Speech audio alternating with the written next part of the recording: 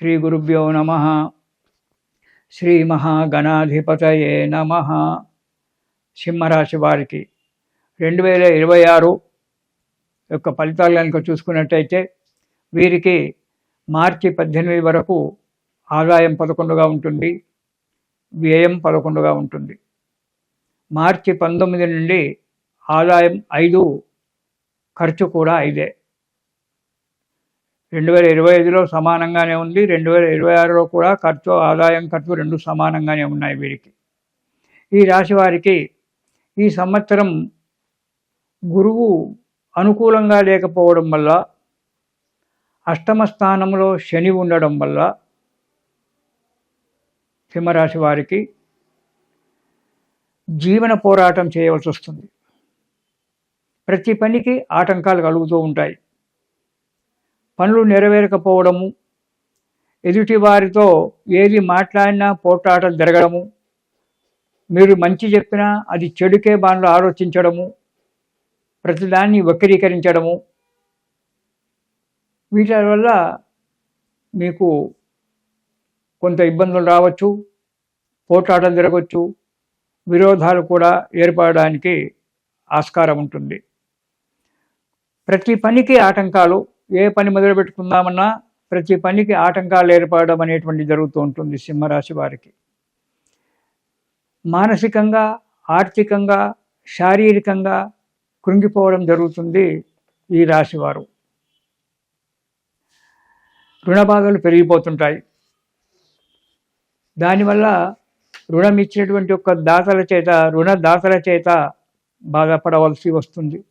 మీకు రావాల్సిన ధనం సమయానికి రాకపోవడము, కోర్టు కేసులు, పోలీసు కేసులతో సతమతం కావడము, ఇటు ఉద్యోగానికి వెళ్తే ఉద్యోగ స్థానంలో అధికారుల చేత మొట్టికాయలు తినడము, మెమోలు అందుకోవడము, లేదా సస్పెండ్లు కావడము, ఇలాంటి జరగడానికి ఆస్కారం ఉంది.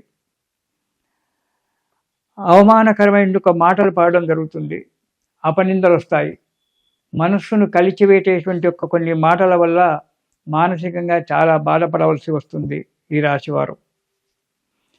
ఇక ఇంటిలో, కుటుంబంలో కనుక చూసుకున్నట్టయితే భార్యాబిడ్డలతో కానీ, తల్లిదండ్రులకు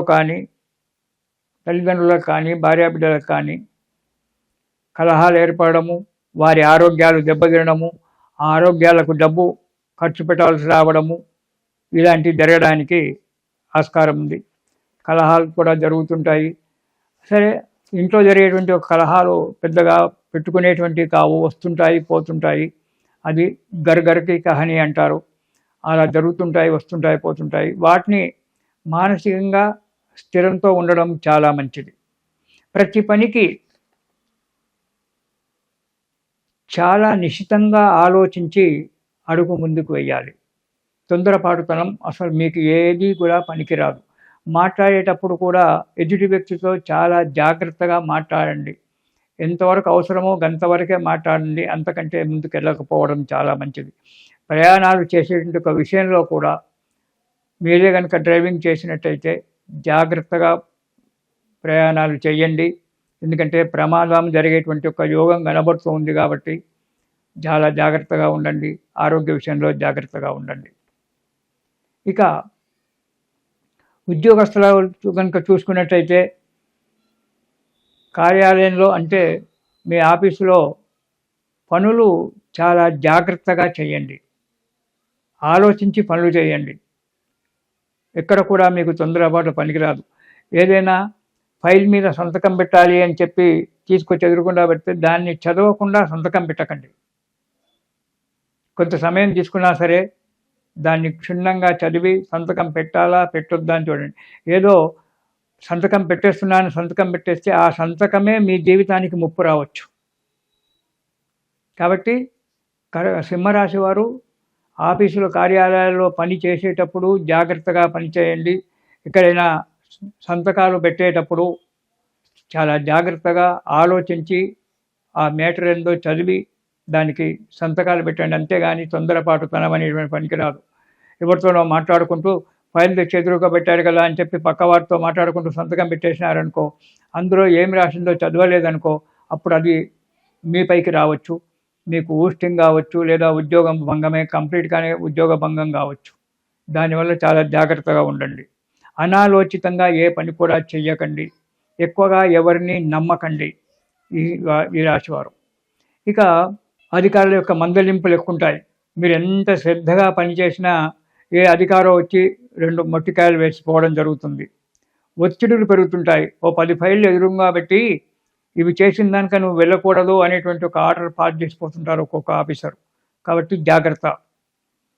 చేయని తప్పులకు శిక్ష అనుభవించవలసి వస్తుంది. కాబట్టి అందుకే నేను చెప్పేది, సంతకాలు పెట్టేటప్పుడు జాగ్రత్తగా ఉండండి. ఎవరో చేసిన తప్పుకు మీరు సంతకం పెట్టినప్పుడు ఆ తప్పు మీ మీదికి రావచ్చు. దానికి శిక్ష మీరు అనుభవించవలసి రావచ్చు. చాలా జాగ్రత్త. ఇక వ్యాపారస్తుల విషయంలో చూసుకున్నట్టయితే చాలా జాగ్రత్తగా ఉండాలి. ప్రతి విషయంలో కూడా ఆశించినంత లాభాలు రాకపోవచ్చు. కొంతమేరకు నష్టాలు జరిగేటువంటి యొక్క యోగం కూడా కనబడుతుంది. ఏవైనా లావాదేవీలలో దెబ్బతినేటువంటి ఒక యోగం కనబడుతుంది. అందుకే లావాదేవీల విషయంలో జాగ్రత్తగా ఉండడం మంచిది. వ్యాపార విషయంలో కూడా జాగ్రత్తగా ఉండడం మంచిది. నిల్వ చేసేటువంటి ఒక ధాన్యం ధాన్యం పదార్థాలు ఏవైనా ఉన్నట్టయితే వాటిని తొందరగా అమ్మేయడము, లేదా కొంతకాలం అలాగే నిల్వ ఉంచుకోవడం చాలా మంచిది. తర్వాత కొత్త వ్యాపారాల గురించి ఆలోచించకపోవడం మంచిది.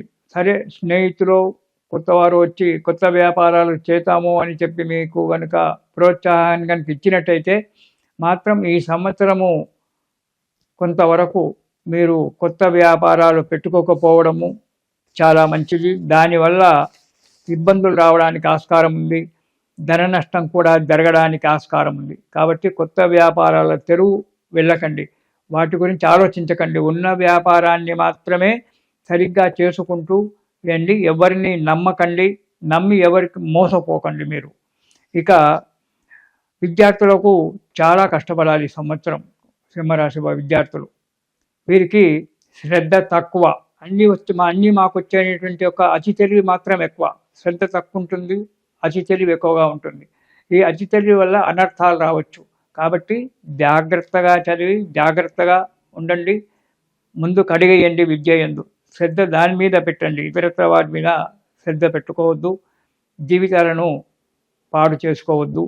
ఇక ఈ రాశివారు ఈ సంవత్సరం మొత్తం కూడా గురు స్తోత్రము, శని స్తోత్రము రెండూ కూడా చదవండి. దానివల్ల మీకు అనుకున్నటువంటి యొక్క పనులు జరగడానికి ఆస్కారం ఉంది. శని స్తోత్రము, గురు స్తోత్రము ఈ రెండు కూడా చదివి ఆ గురువుగారి యొక్క అనుగ్రహం వల్ల కష్టాలు పోడగొట్టుకొని సుఖజీవనం చేస్తూ ఉండండి. ఇది శుభం.